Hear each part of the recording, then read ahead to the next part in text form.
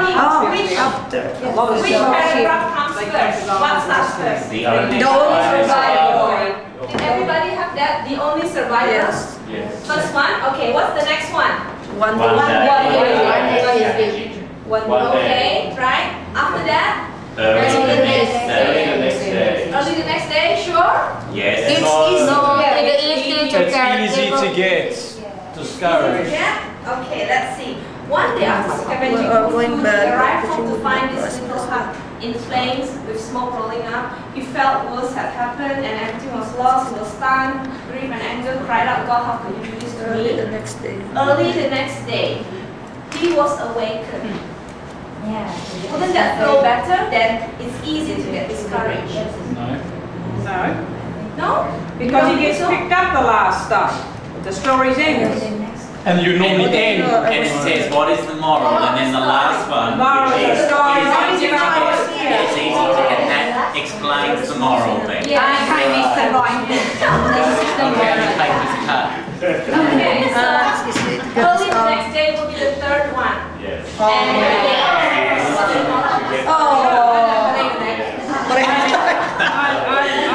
Because that was the missing. Wendy, we had it the opposite way before. And then we But it changed can it. be Less less early. Yeah. So you can go back to your own seats now. Thank you very much. Thank you. Good job. This will be quite good. You get them out of their seats. They get to move. Okay? And also, for those who are teaching reading, by doing this, you will be able to see whether your children understood what they have read. Because if they don't understand, they probably won't know how to put the paragraphs correctly. Right? So they have to know the flow of the story. So you can actually pull out from your reading books, like for example this one for year 2. You can use this, type it out on the in Word document, and you don't have to take the whole book, maybe just a few pages, and then ask them to sequence it. So that will ensure whether they have remembered what they have read as well during the weekend, right? And also for the early years, you have, this is year 1 actually. I also have. Where's Wilma? Wilma and Biff in the prep. Yeah, prep, we have Wilma That's and the Biff. Oxford reading, right? I just took the reading books. We always have Biff and Wilma. Wilma and prep.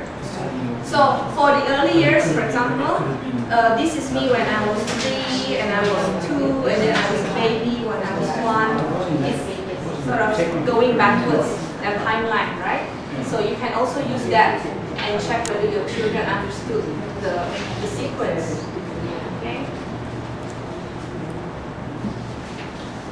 Basically, we try to make the what they learn also, related to their life. If let's say you are teaching them about here, Miss Wendy, you're teaching them social studies about occupation. You can talk about different types and ask them what their parents do. For example, ask them what their parents do, and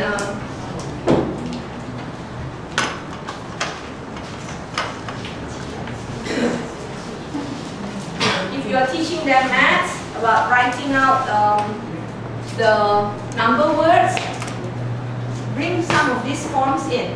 They may have seen their parents use this form in the bank, and tell them why they need to learn how to write the number in words. Because you need to write it out here.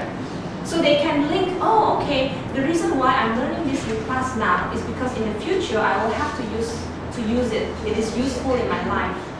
Okay? So you link with their real life experience. Or the person open an account for them and they will be the one. Yes, yes. Sometimes some children who are old enough to write, they may even write it themselves.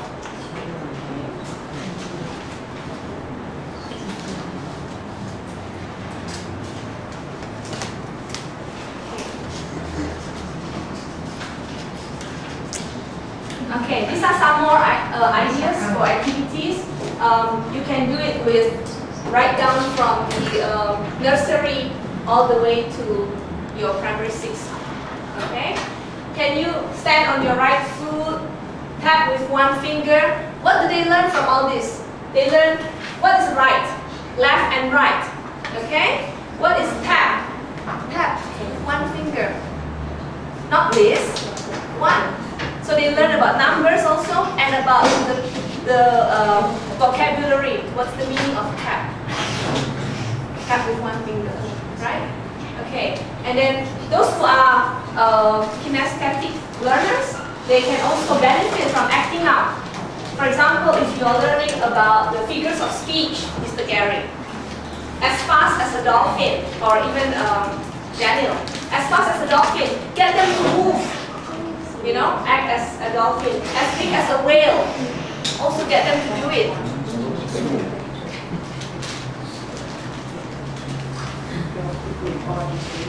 Okay? Or if you're learning about, or if you're teaching about the comparative and superlative adjectives, for example, you can get 3 children to come out in front and say you mention the word fast. So one will be doing fast, faster, fastest.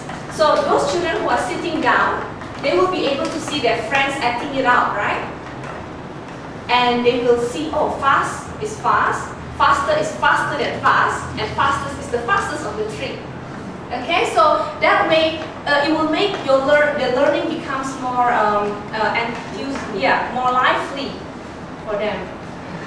Okay, and this one also is good for them to move around the classroom. They have to ask 3 questions. Ask one friend 3 questions using the word what, when, which, where, how, who, and why. Choose. So they are given choice. They feel empowered by it. And at the same time, they get to move around the class. So all these things are good for the kinesthetic. I think I need to mention this because at the meeting, one of the meetings, one of you was saying about how many children in the class are really, always not able to sit for a long time, sit down for a long time. So some of these activities will benefit them. Okay? Can you do this with Chinese or Thai? Yes? No, you can, like for example, for fast, you don't have to be running. You can just be jogging on the spot, for example. Right? Chinese don't have tense. Yeah, I mean, let's say you're talking about you have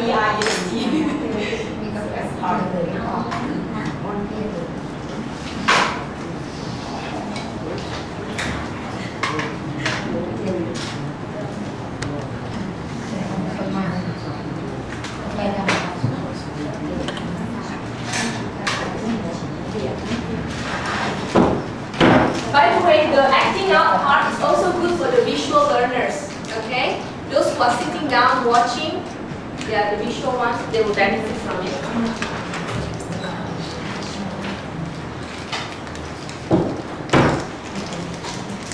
Okay, just going back here. I was going to also mention, this is from the early years book. Okay, I just want to make sure that everybody can relate to this workshop. Going shopping, ask them about whether they have done it before. I'm sure everybody has gone with their mom or dad to shop for some things. And tell them the benefits of making a list. I think we all also benefit from such things, right? When you make a list, it can be a lifesaver actually. You find that your life is not so stressful, yeah, because everything is more manageable. You can tick off as you finish. There is a friend of mine who used to tell me that anything that can be done in 5 minutes, he'll do it first as the priority, even if it's not the most important. That way you feel that you are successful. Okay?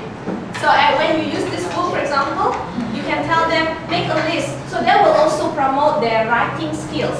And then they see why it's so important to learn to write, right? Because later they can use it when they go shopping with mom and dad.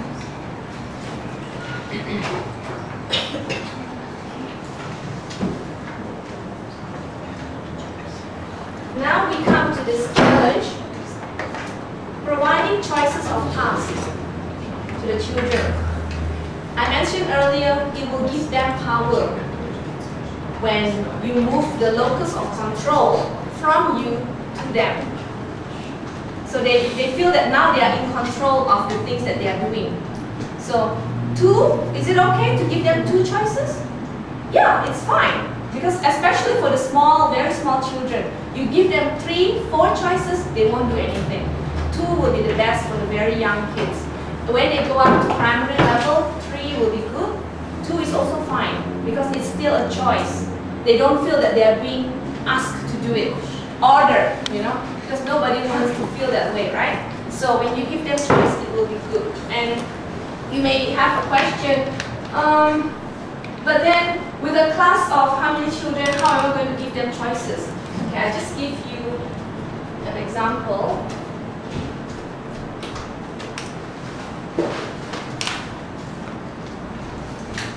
This is in maths. I actually put this together when I was teaching the year 2 last year, and each one is on one topic. So you have graphs, money, time, fraction, and it's from it can cater to all levels of difficulty. I mean, like if some children find it very difficult, okay, then you can give them the level 1 work, for example. So you can make a file containing the work for that particular topic with a range of level, from the easiest to the most difficult. So you don't have to be preparing one file for year 1, one file for year 2, no. One file for all grades. Because if you are teaching them about tenses, all in one file, from the easiest to the hardest. And when you give them choices, you can tell them, for example, you know Jenny is very good with her grammar already. You won't want her to pick the first one. She probably won't find it challenging too. So you can tell her go somewhere at the back. Maybe from number 10 onwards, for example. You can choose one from there. Okay? So giving them choices, as I mentioned, moves the control from teacher to student. And then they feel they are in charge. So I better do well since I'm the one to choose it. And you also can tell them, you make a choice to choose and do this task, so you do it well. I didn't make you do it, you are the one who choose to do it. Do you see the point? Here I have, this was from maths, okay, but it can be applied in any subject. Textbook, you don't want to use textbook every day. Or you don't want the children to be choosing the textbook every day. They probably will find it boring. The independent work card refers to these ones here. This kind of thing. And problem posing, this is the requiring more higher order thinking. So the children will have to be really good first with the first 2 before they can come to this. Problem posing actually means they make their questions and they have to provide the answers. You see the steps? They're not only working on it, but they also have to make the problem first. So it requires higher thinking. Okay? Any questions so far? It's either you understand or don't understand. No, the thing is that worries me a bit is a lot of our children here do not think outside the square. So how can you get them to go into this type of learning if they can't think outside the square at times? Okay, you're giving them a choice, right, of what they want to do. Now, most of them would probably do the easy ones because then they can do the easy one. How do you want them to try and challenge themselves? If they have already done worksheet 1, you have got a record of them. I will talk about it in confirmation after this, where you keep individual record. So if they have chosen one and they've done it all correctly, would they want to do it again? If they pick the same one again, you tell them Well, some of them won't. Real because they're in their comfort zone. Yeah, but you can tell them, just you can make it sound as if that they are making the choice. So you can direct them, say, actually I found that you have already done worksheet 1. So, you know, why don't you maybe choose something else? So that way you are directing them away from that worksheet to get and choose something else, something different.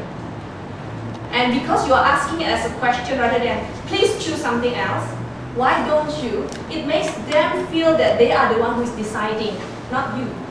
So that kind of direction is going to benefit these kids who are what we call maybe more lazy. Yeah. Any question? Any other question? I think this will be applicable only if you have extra time. Yeah, but if you're running out of time. Yes. Yes. I did think about that before, especially like you only have 45 minutes lesson, right? Yeah. So I was actually going to, in my other slides, I was going to say that when you are teaching a class, if you have got actually, I'll come to that later on, okay? Because it's going to be in my next few slides. Okay, but so far this is okay. If you have any questions later on that that will appear later, you can just come and ask me. Now here, okay. Okay, never mind.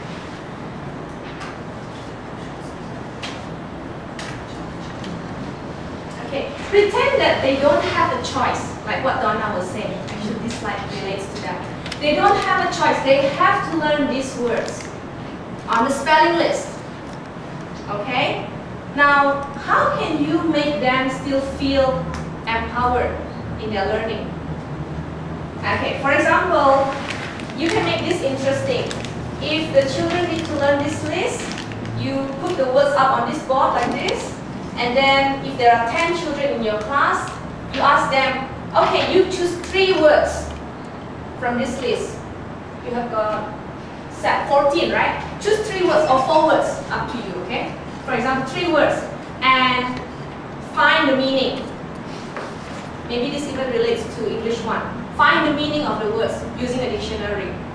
So instead of doing all 14 in the 45 minutes lesson, they feel that, oh, I can choose the words. Okay, I'll choose this. But you have to facilitate. Make sure all words are covered by the whole class. That means you cannot have all the whole class just choosing the first 3.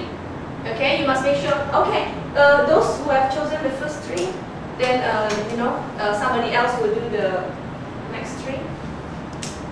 For example, okay. That way, after they finish searching, they only need to find 3 or 4, right? Now instead of 14. So do you think they'll be more motivated? I think so, because they see the goal is nearer rather than too far away. 45 minutes, I have to finish it, and that kind of pressure. You want to take away the anxiety and stress from them. So after they found the words, then you tell them to share it with the class. So now they will hear what their friends have found from the dictionary, and in that 45 minutes, these 14 words become a lot lighter for them. Do you see my point here? Instead of, finding, because when you flip through the dictionary, writing, it may take a lot of time. And that way also when they are sharing it with their friends, they are also practicing their speaking skills. Is that right? So it will benefit a lot actually.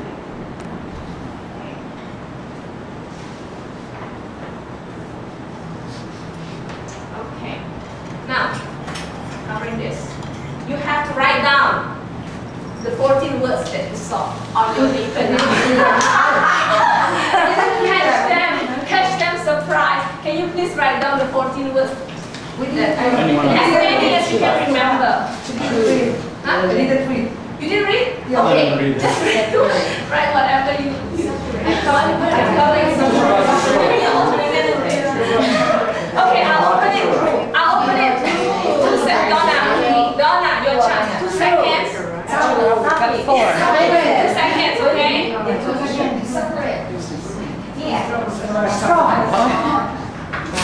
Yeah, how many did you get then, Donna? Strong. No, I can't be solved. Oh, I Aye. can help you. She can help me. Oh, she's already going down there, cheek. Huh? But do you see, with this kind of activity, when you catch them by surprise like this, next time when they come, they will want to pay attention because you don't know when the teacher is going to ask you, right? The problem is that it's too much. Yeah, so the next time they'll be focusing on the words, not listening to the teacher. Not the teacher. I want the words on the board.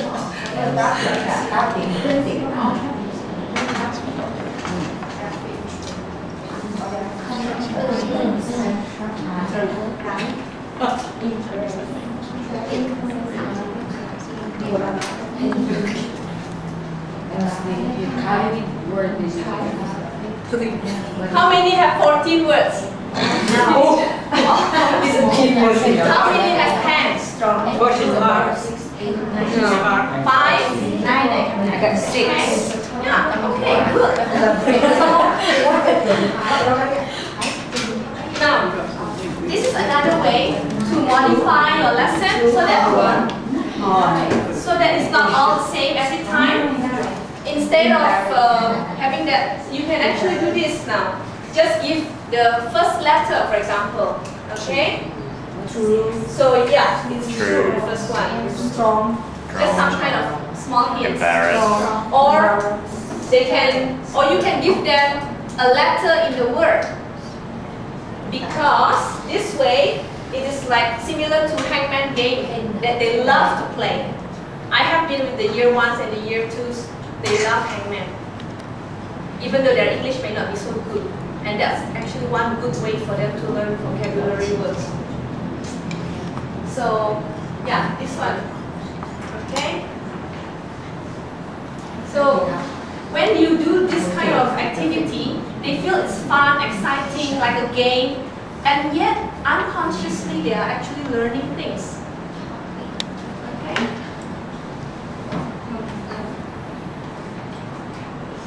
Okay, now I have another activity for you to do. You need your paper and pen again. You have to read and write your answers on the paper, right? Okay.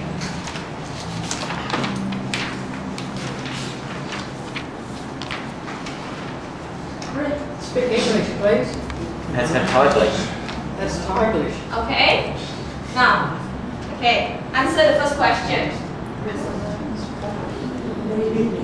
Can you read from the back? Yeah. Who is reading the English. focus? We don't make English. With Phoebe.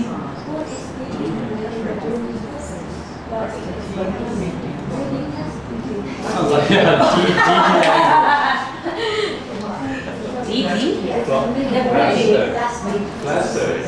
Answer it, please. Write on your paper.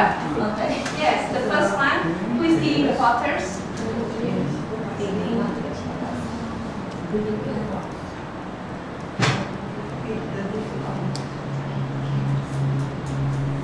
Okay, second question.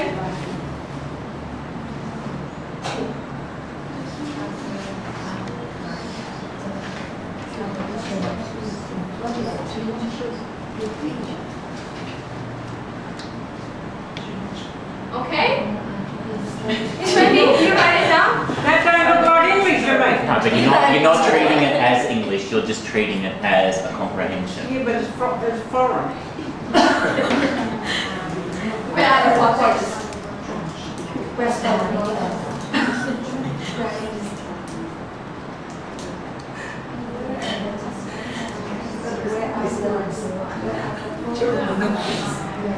Next question, number 4.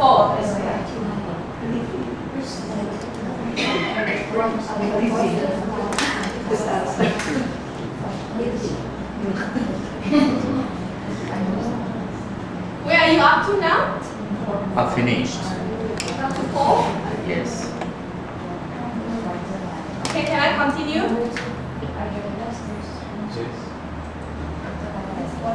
Suppose you could help the photos, what would you do? No, like me, I don't.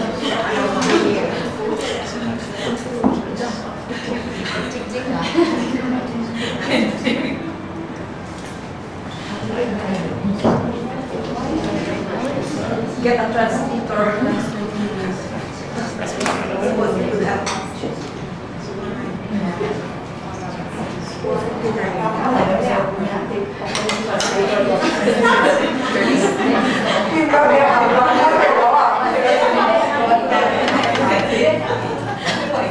No idea. We need to translate already. Okay, last question.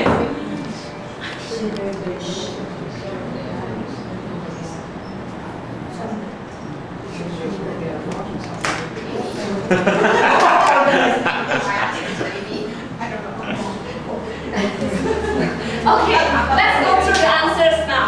What's the first answer? The Who is in the fathers? The flasters. Okay, correct. Are the flasters stringy? No. No. What are they? They're What are they like? Liddy. They're Liffy. They're pretty. Liffy. Where are the fathers? On the Preston. Very good. Let me stop laughing for a while. What are the fathers like? Liffy. Okay. Suppose you could help the fathers. What would you do? Take them off the Preston. Take a Give them some tea. But can you tell me what Preston is? No. Because they're on it. And the other ones are doing it because they're on there. So you Could be anything. it could be anything. None of the words make sense to me. And you were able to. Well, you wanted an answer. You wanted an answer, and that's an answer But you because were able to answer the first three correctly. I've been able to answer all of them correctly. It says, suppose you could help, what would you do? I would take them off the Preston because they're on the Preston and the flasters are doing something, so you've got to take them away from that situation. Okay, suppose your answer is right. What are the flasters in the fathers? Why are the flasters spreading? Because they are on the Preston. That's why they're doing it, because they're on it and they want to hop on. See, what happened is from this exercise, you can see, even though this sentence does not make sense to us, do we have comprehension of what breeding, flasters, feeding, leafy, fathers, Preston are? We don't understand them at all. It's not English.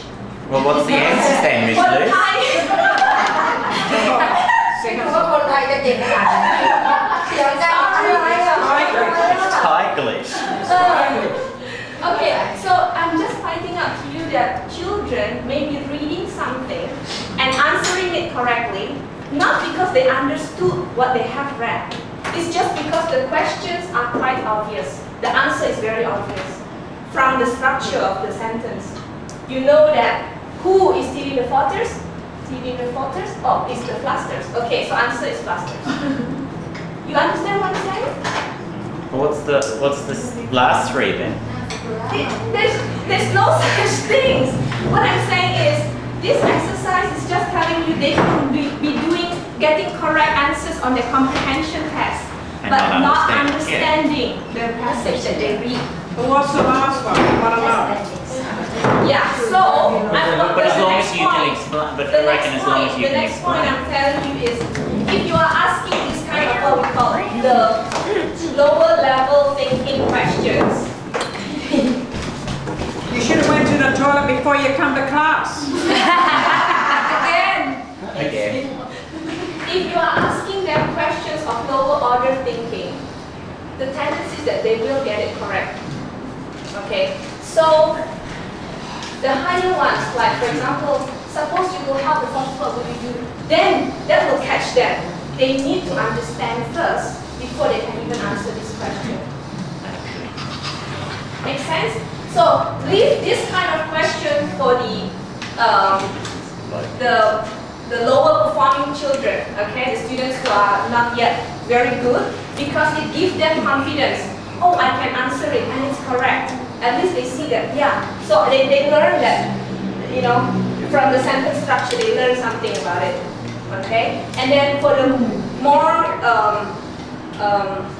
brighter students, you can give them something that's more challenging, like this, where they really need to think hard. Why are the clusters feeding the focus? They have to know what is clusters, what is feeding, what is focus. Right? Okay.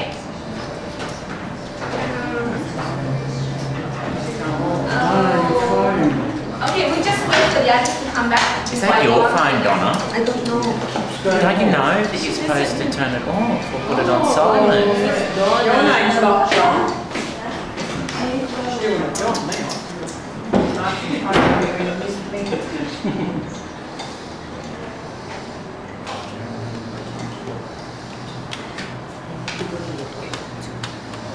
Go for me.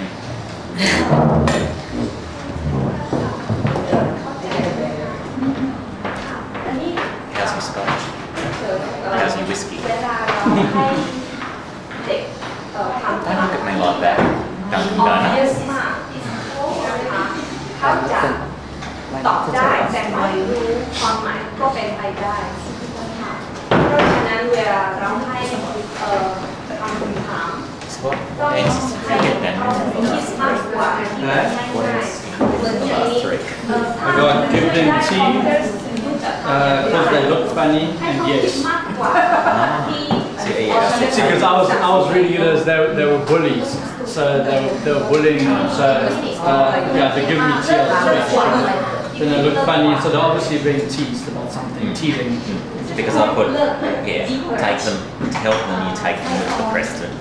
Yeah. And why are the classes teaching the pros? Because they're on the Preston. And they want to hop on.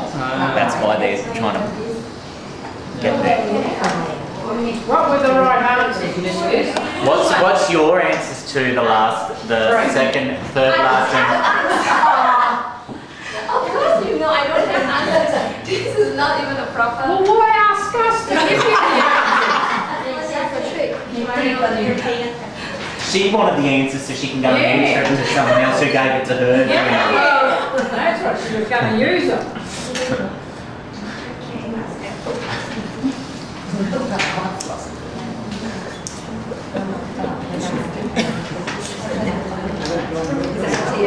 Karen is missing.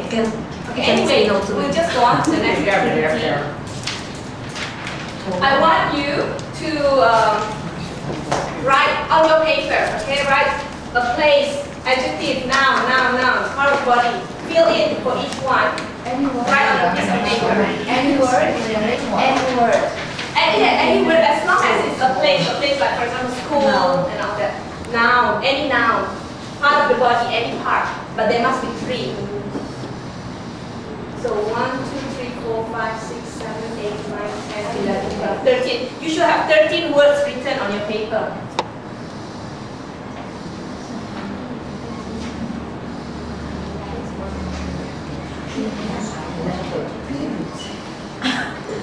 You want to cheat? Could have voted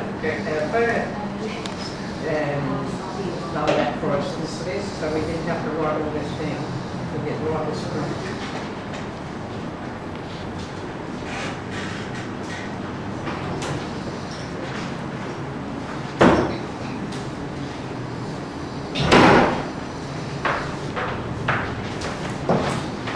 Karen, yeah, you have to write down, fill in for each one on your paper. 10 times because you were out of class and you were tardy. Oh, you think we're joking? We're lots and more podcasts. Lots.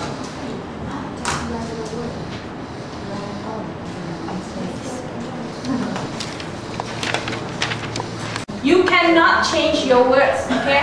Fill in as it is. Now she's photographed. On the right hand side. Yes, there is a story, right? Fill in your words, transfer them over. From your list. No, from your list. Yes, okay.